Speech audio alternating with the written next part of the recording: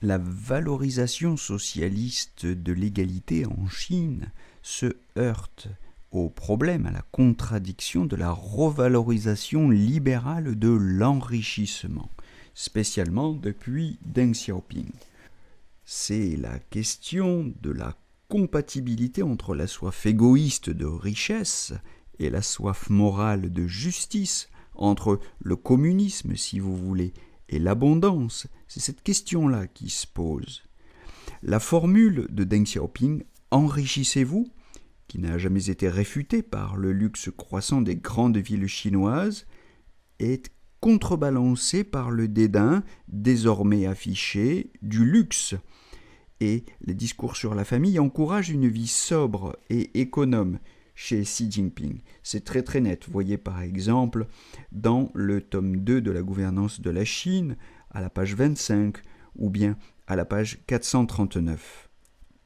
Il s'agit encore de tenir la contradiction de l'égoïsme et de l'abnégation, non de la surmonter. L'approche anthropologique peut venir ici au secours de la morale.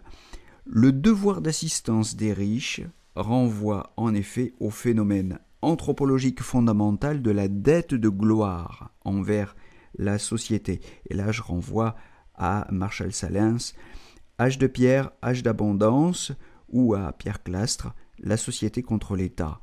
La contribution matérielle des riches pour la mise en œuvre des mesures politiques socialistes est le solde, de ce point de vue-là, d'une dette symbolique, dette de prestige qu'ils doivent à la société. C'est ainsi que Jack Ma qui est, vous le savez, Ma Yun, le PDG d'Alibaba, du moins jusqu'en 2019, Jack Ma donc s'acquittait de cette dette lorsqu'il faisait connaître publiquement les 7 milliards investis dans les entreprises médiatiques du parti pour soutenir les valeurs socialistes, aux côtés de Pony Ma, le PDG de Tencent, et de Robin Li, le PDG de Baidu. Je vous renvoie à l'article de Frédéric Schaeffer, « 7 nuits en Asie, les géants du web chinois main dans la main pour défendre les valeurs du parti » dans les échos.fr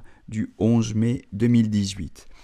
On apprit même en 2018 que Jack Ma était membre du Parti communiste chinois. Voyez l'article du Monde du 28 novembre 2018. Jack Ma, l'homme le plus riche de Chine, est aussi membre du Parti communiste. Mais on a aussi, depuis, appris qu'il avait disparu de la scène politique depuis octobre 2020.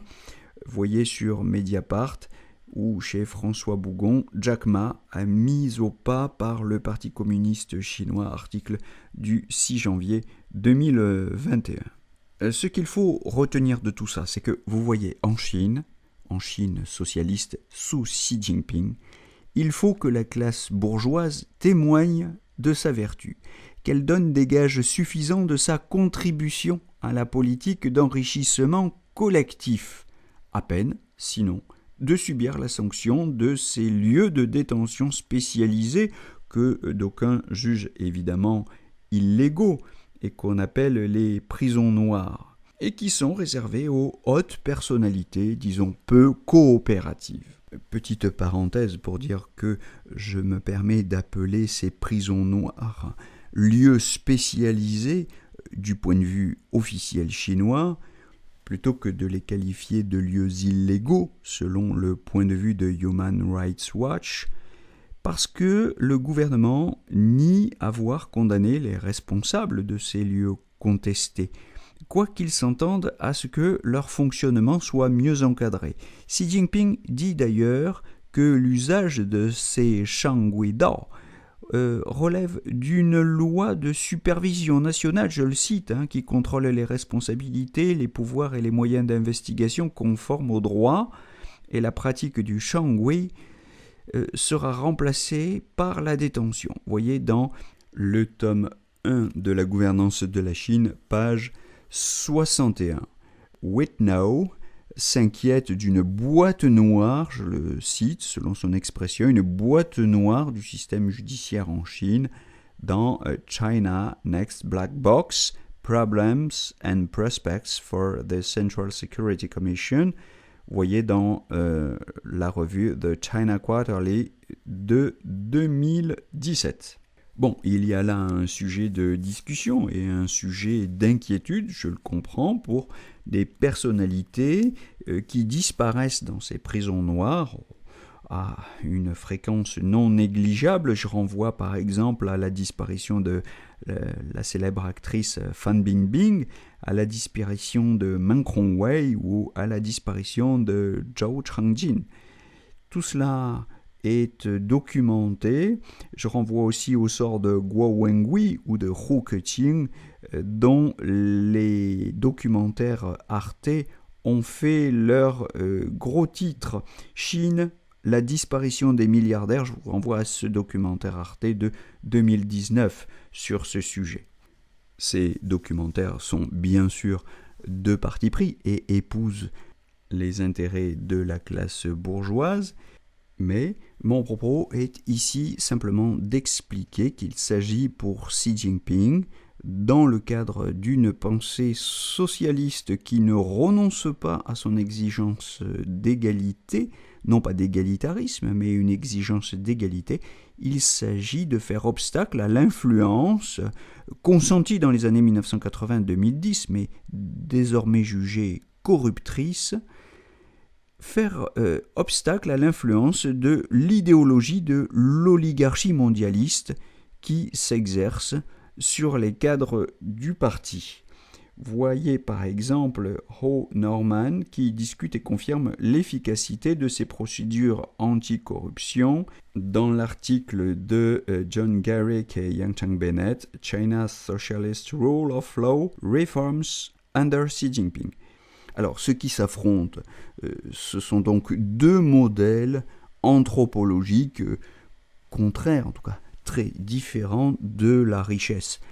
À la différence du riche égoïste, et là je renvoie à Pierre Clastres qui disait que le big man possède, je le cite, une innocente jouissance qu'il s'épuise à entretenir. Il travaille au sens propre pour la gloire.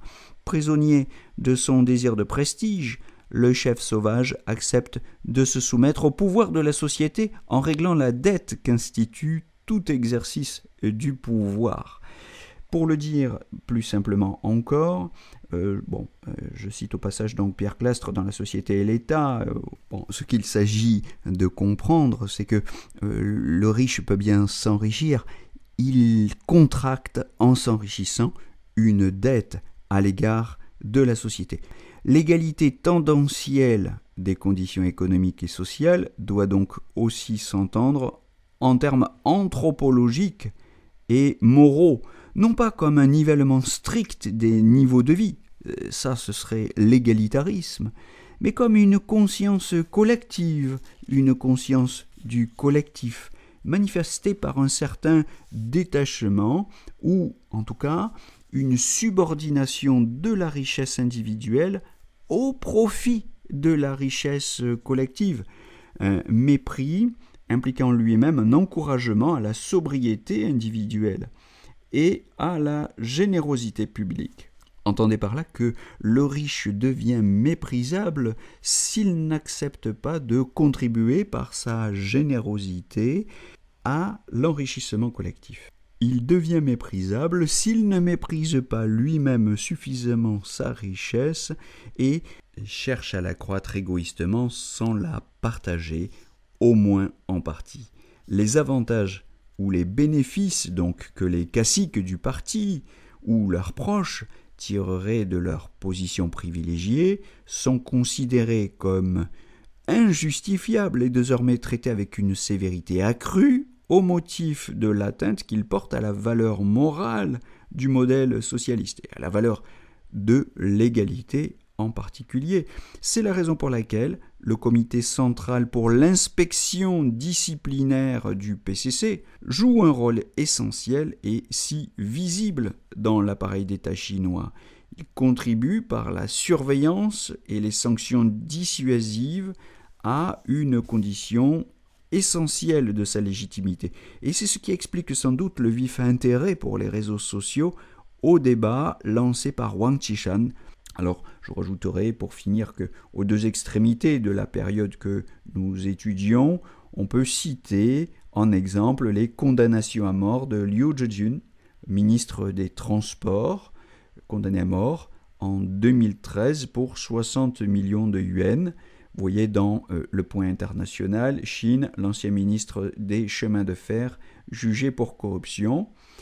Et on pourrait citer Lai Xiaoming, ex-patron du conglomérat financier Huarong, pour 215 millions de dollars de pots de vin, 3 millions de détournements de fonds publics et polygamie. Vous voyez par exemple dans le Figaro Économie du 29 janvier 2021. Ces condamnations traduisent une continuité de la politique disciplinaire menée par Zhao Leiji au sommet du comité central du PCC.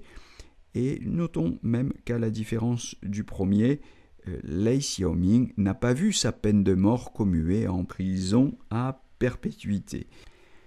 Voilà donc sur la problématique de l'égalité et la contradiction avec l'encouragement à s'enrichir prôné par Deng Xiaoping est toujours d'actualité. Voilà sur les fondements anthropologiques possibles, en tout cas pensables pour nous occidentaux, à partir de Marshall Salins. Voilà pour quelques exemples historiques qui permettent d'illustrer cette réflexion à partir de l'actualité chinoise. J'espère que ces considérations vous permettent de voyager au sens fort du terme, c'est-à-dire de faire le détour intellectuel qui permet de comprendre, sans forcément en juger, de la cohérence interne de la politique chinoise. Nous n'en avons pas fini avec la question de l'égalité. Je vous donne rendez-vous dans un prochain podcast pour en approfondir le questionnement et je vous souhaite en attendant une belle journée à tous.